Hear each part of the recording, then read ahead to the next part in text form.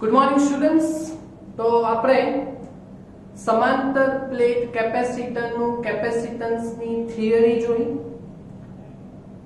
એનું કેપેસિટન્સનું સૂત્ર હતું બે પ્લેટ વચ્ચે જ્યારે હવાનું માધ્યમ હોય એટલે કે શૂન્યાવકાશ હોય ત્યારે કેપેસિટન્સ C0 શૂન્યાવકાશ માટે C0 બરાબર epsilon 0 capital A divide by D.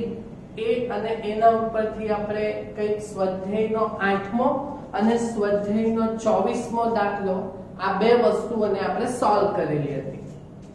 બરાબર. ચાલો હવે આગળની વાત કે વાતમાં એવું છે કે ડાઇલેક્ટ્રિક માધ્યમની કેપેસિટન્સ પર અસર એટલે હજુ સુધી જે આપણે થિયરીમાં જોયું તો કેપેસિટરની બે પ્લેટની વચ્ચે હવાનું માધ્યમ એટલે કે શૂન્ય અવકાશનું માધ્યમ હતું. બરાબર. જો હવે તમે આ કેપેસિટરની બે પ્લેટની વચ્ચે ડાઇલેક્ટ્રિક માધ્યમ મૂકો. ડાઇલેક્ટ્રિક માધ્યમ એટલે અવાહક માધ્યમ. વિદ્યુતનું અવાહક માધ્યમ તમે અભ્રક કન્સિડર કરી શકો. બરાબર. અવાહક શબ્દ તો તમને સમજ પડે ને. એ અવાહક એટલે ડાઇલેક્ટ્રિક ઇંગ્લિશ વર્ડ છે. અવાહક એટલે ડાઇલેક્ટ્રિક. બરાબર. તો જો કેપેસિટરની બે પ્લેટ વચ્ચે જો અવાહક માધ્યમ મૂકેલું હોય તો પછી કેપેસિટન્સ કેટલું થાય. બરાબર. તો એનું ડિસ્કસ કરીશું એટલે એના ઉપરથી આપણા બીજા બધા દાખલાઓ સોલ્વ થશે. ઓકે. ચાલો તો સમજો અહીં કે બે કિસ્સા કેસ 1 અને કેસ 2 આપણે અહીંયા સમજવાના છે. એ એકદમ ઈઝી છે. બરાબર. તો જ્યારે કેસ 1 કે જ્યારે કેપેસિટરની બે પ્લેટ વચ્ચે હવાનું માધ્યમ એટલે કે શૂન્ય અવકાશ હોય. બરાબર. એટલે બે પ્લેટની વચ્ચે કંઈ જ ન હોય, શૂન્ય અવકાશ હવા હોય. બરાબર. તો ત્યારે આપણે કેપેસિટન્સનું સૂત્ર તારવેલું છે epsilon 0 capital A by D. જ્યાં એપ્સિલોન 0 એટલે એ હવા શૂન્ય અવકાશની પરાવૈદ્યુતાંક એટલે પરમિટિવિટી આપણે કીધેલું છે. બરાબર. ઓકે. હવે કેસ 2 જ્યારે તમે કેપેસિટરની બે પ્લેટ વચ્ચે ડાઇલેક્ટ્રિક એટલે અવાહક માધ્યમ મૂકવામાં આવે એટલે બે પ્લેટ વચ્ચે માધ્યમ આવી ગયેલું છે અવાહક ડાઇલેક્ટ્રિક માધ્યમ. તો એનું કેપેસિટન્સ C0 ની જગ્યાએ C. તો આ જે એપ્સિલોન 0 છે તે શૂન્ય અવકાશની પરમિટિવિટી છે. બરાબર સમજો.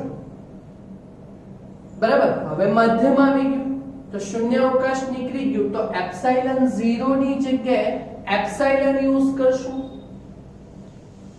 બરાબર. ચેપ્ટર નંબર 1 માં થોડીક આની ઝાંખી આપણે મેળવેલી હતી. બરાબર. તો એપ્સિલોન 0 શૂન્ય અવકાશનું માધ્યમ છે. તો આ એપ્સિલોન એ માધ્યમ થઈ ગયું, વચ્ચે માધ્યમ આવી ગયું એટલે જ્યાં એપ્સિલોન ને આપણે epsilon A divide by D ક્ષેત્રફળ એ જ રહેવાનું, બે પ્લેટ વચ્ચેનું અંતર પણ આપણે એ જ રાખ્યું. માત્ર શું કર્યું, બે પ્લેટની વચ્ચે શૂન્ય અવકાશ હતું એની જગ્યાએ ડાઇલેક્ટ્રિક અવાહક માધ્યમ મૂકી દીધેલું છે. બરાબર. તો પછી આ પરમિટિવિટી જે આવવાની તે માધ્યમની આવવાની. તો માધ્યમની પરમિટિવિટી એટલે અહીંયાથી શૂન્ય કાઢી નાખ્યું.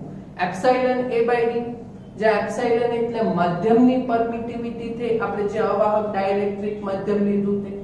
એટલે આ સમીકરણ નંબર 2. તો આ બે કેપેસિટન્સની આપણે કમ્પેરિઝન કરશું, સરખામણી કરશું. એટલે બે વસ્તુનો આપણે ગુણોત્તર લઈએ એટલે સમીકરણ 1/2 કરો કે 2/1 કરો. તો આપણે સમીકરણ 2/1 કરીએ એટલે C/C0 બરાબર એપ્સિલોન A બાય D અને એપ્સિલોન 0 A બાય D. બરાબર. જો હવે A બાય D તો કેન્સલ થશે. તો શું આવ્યું, એપ્સિલોન બાય એપ્સિલોન 0 આવ્યું. હા. તો આ છે બે પરમિટિવિટીનો ગુણોત્તર, માધ્યમ અને છેદમાં શૂન્ય અવકાશની પરમિટિવિટીનો ગુણોત્તર. હા ને. તો આ પરમિટિવિટી માધ્યમની પરમિટિવિટી આ શૂન્ય અવકાશની સાપેક્ષે થઈ એટલે એપ્સાઇલન બાય એપ્સાઇલન 0 ને આપણે કહેશું એપ્સાઇલન r. એપ્સાઇલન r એટલે રિલેટિવ પરમિટિવિટી. રિલેટિવ ને આપણે ગુજરાતીમાં જાણીએ છીએ સાપેક્ષ, બરાબર? એટલે સાપેક્ષ પરમિટિવિટી બન્યું એપ્સાઇલન બાય એપ્સાઇલન 0. હા, આ જ સાપેક્ષ પરમિટિવિટી એટલે આપણે કહીશું એને ડાઇઇલેક્ટ્રિક અચળાંક. આ માધ્યમનો ડાઇઇલેક્ટ્રિક અચળાંક શબ્દ સમજો. એટલે આ એપ્સાઇલન બાય એપ્સાઇલન 0 એટલે સાપેક્ષ પરમિટિવિટી. એટલે જ આપણો ડાઇઇલેક્ટ્રિક અચળાંક કેપિટલ K. આ સ્મોલ k નથી, કુલમ અચળાંક નથી. ડાઇઇલેક્ટ્રિક અચળાંક કેપિટલ K.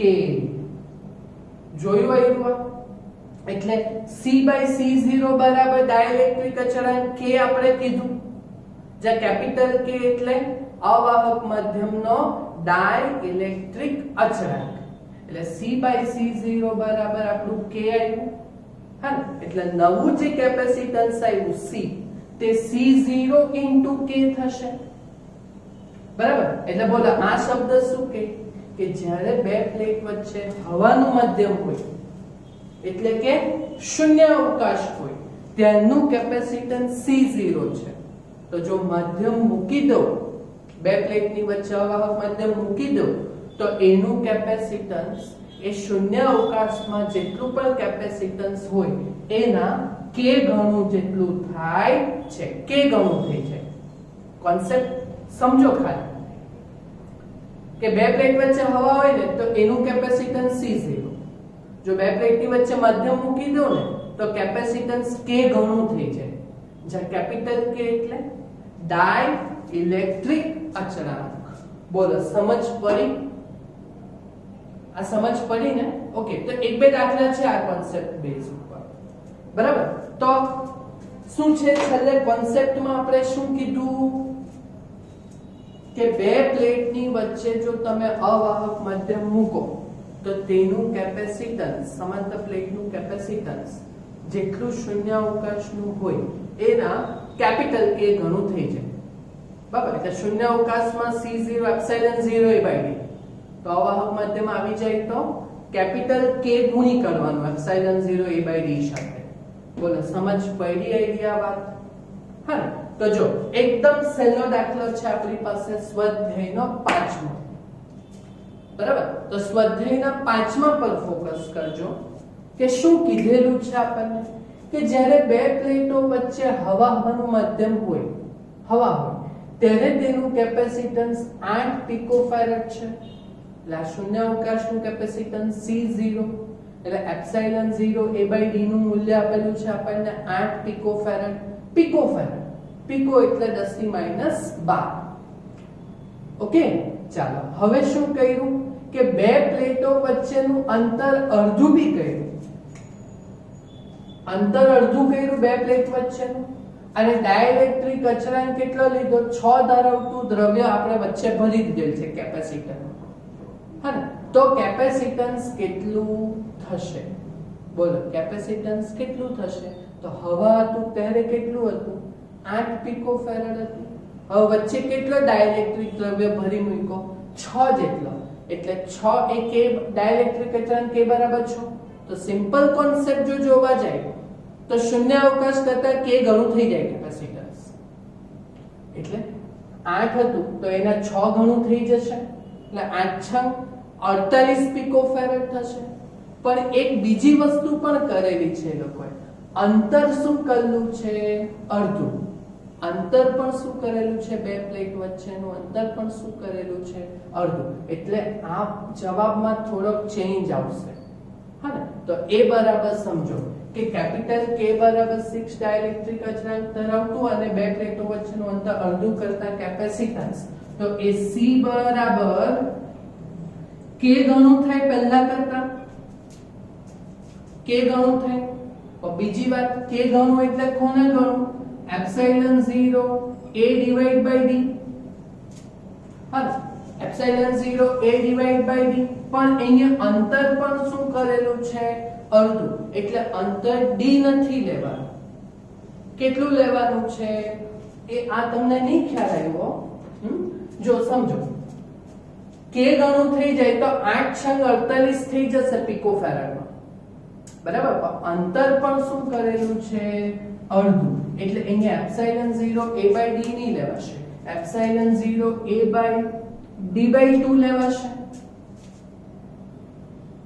બોલો સમજ પડી? સમજ પડી ને? ઓકે. તો k ને આ છેદનો છેદ બે ઉપર આવશે એટલે 2 કેપિટલ K, 2 કેપિટલ K અને ગુણ્યા અહીંયા આપણે શું રાખ્યું? Epsilon 0 capital A divide by d. બોલો સમજ પડી આઈડિયા વસ્તુ? k ગણું લીધું પણ અંતર બી અડધું કર્યું એટલે k into epsilon 0 a by d, પણ અંતર બી અડધું કર્યું એટલે d/2 એટલે 2 ઉપર ગુણાઈ ગયું.